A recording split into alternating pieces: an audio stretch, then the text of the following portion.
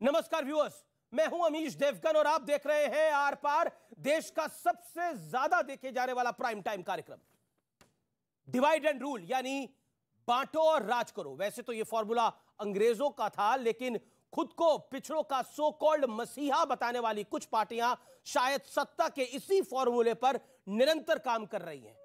इसलिए यह पार्टियां आपको ना तो रामचरितमानस पर कोई सफाई सुनने देंगी और ना ही किसी चौपाई का असली अर्थ बताएंगी। आज मैं तथ्यों के साथ इनके सियासी एजेंडे की पोल खोलूंगा। जो नेता 2024 के टारगेट के लिए अपना सियासी एजेंडा सेट करने में जुटे हैं, उनकी पॉलिटिक्स को आज एक्सपोज करने का दिन है। और साथ ही मैं आपसे रामायण फाड़ यादव का परिचय भी कराऊंगा। रामायण फाड़ यादव ये अपने दौर के बहुत बड़े नेता थे।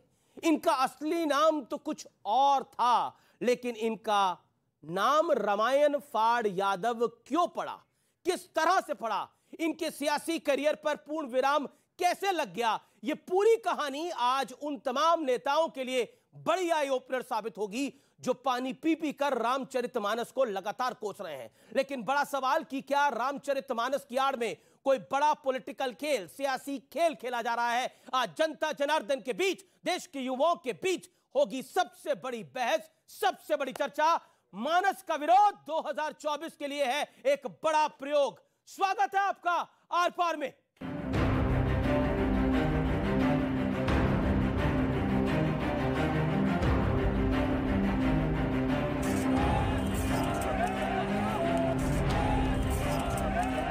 बात रामचरितमानस की चौपाई को असली अर्थ में समझाने से आगे निकल चुकी है। अब तो सिर्फ ये साबित करना है कि मानस विरोध के पीछे असली एजेंडा क्या है। तो पहले ये तस्वीर देखिए। लखनऊ में समाजवादी पार्टी कार्यालय के बाहर लगा ये पोस्टर पूरे एजेंडे की पोल खोल रहा है। इस पर लिखा है, जो शूद्र की बात करेगा वो दिल्ली पर राज करेगा। यानी रामचरितमानस बहाना है, असली निशाना तो सत्ता पाना है। रामचरितमानस पर और खासकर शूद्र पर मैं सीधा मुख्यमंत्री जी से पूछूंगा कि भाई मुख्यमंत्री जी बताएं हमें सदन में कि शूद्र कौन कौन है।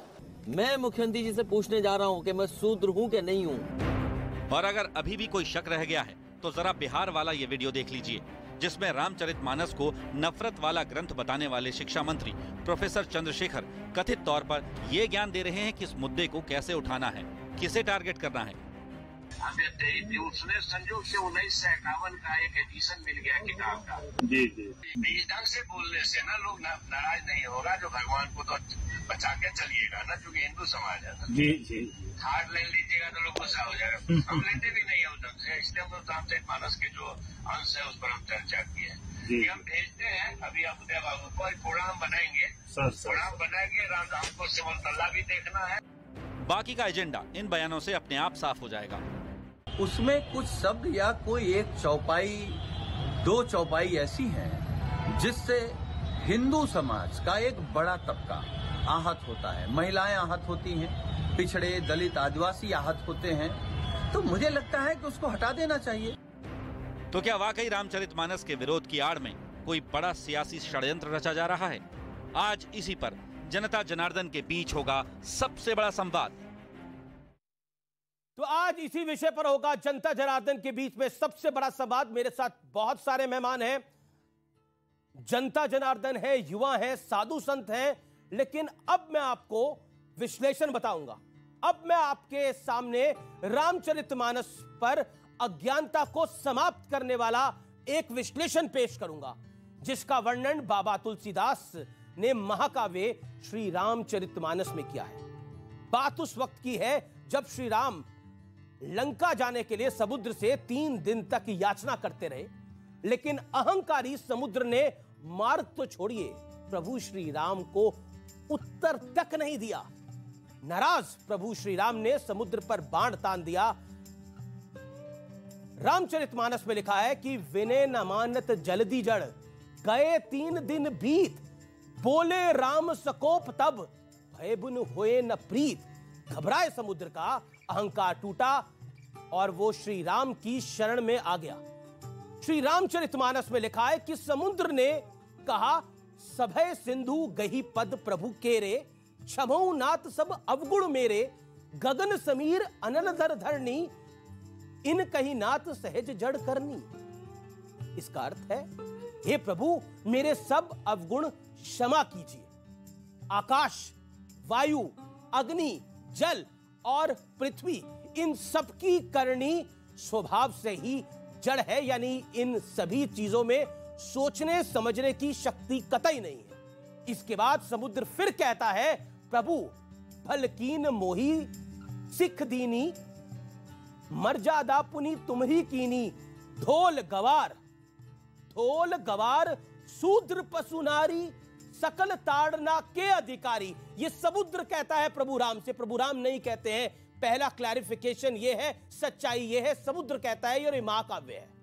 अच्छा किया हे प्रभु, इसका अर्थ है, हे प्रभु आपने अच्छा किया जो मुझे शिक्षा दी, लेकिन सभी जीवों का स्वभाव भी आपने ही बनाया है, वो अपने जीवन में बेहतर बर्ताव कर सके, इसके लिए ढोल गवार शूद्र पशु नारी, ये सभी मेरी तरह शिक्षा के अधिकारी हैं। उस दौर में नारियों को पढ़ाया नहीं जाता था, इसलिए यह बात कही गई। श्री रामचरितमानस में तुलसीदास जी के मुताबिक यह समुद्र का श्री राम से संवाद है।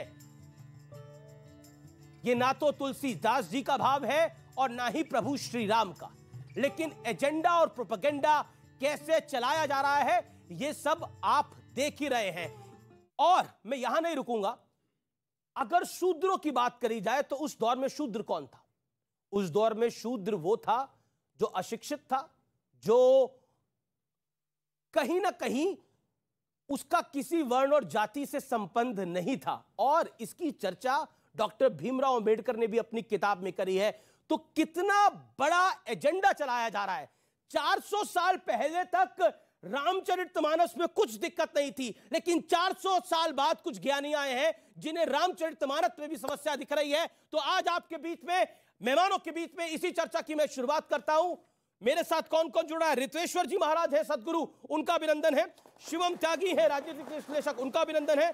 शुभराष्ट्रा है, उनका अभिनंदन है। मेरे साथ समाजवादी पार्टी के प्रवक्ता नेता अनुराग भदौरिया है, उनका अभिनंदन है। मेरे साथ विवेक श्रीवास्तव है, नेता सीपीआई के, उनका अभिनंदन है। सैयद जवाद है, राजनीतिक विश्लेषक, उनका अभिनंदन है। तो जोरदार तालियों से सबका स्वागत करिए। स्वामी जी, मैं आप ही से शुरुआत करता हूं। विनय न मानत जल्दी जड़, गए 3 दिन बीत, बोले राम सकोप तब, भय बिन होए न प्रीत। यानी भय बिन किसी से प्रीति नहीं होती, लेकिन यहां तो रामचरितमानस की प्रतिलिपियां फाड़ी जा रही हैं, भय तो है नहीं। न्यूज़ 18 इंडिया की web series FIR number 208 streaming today.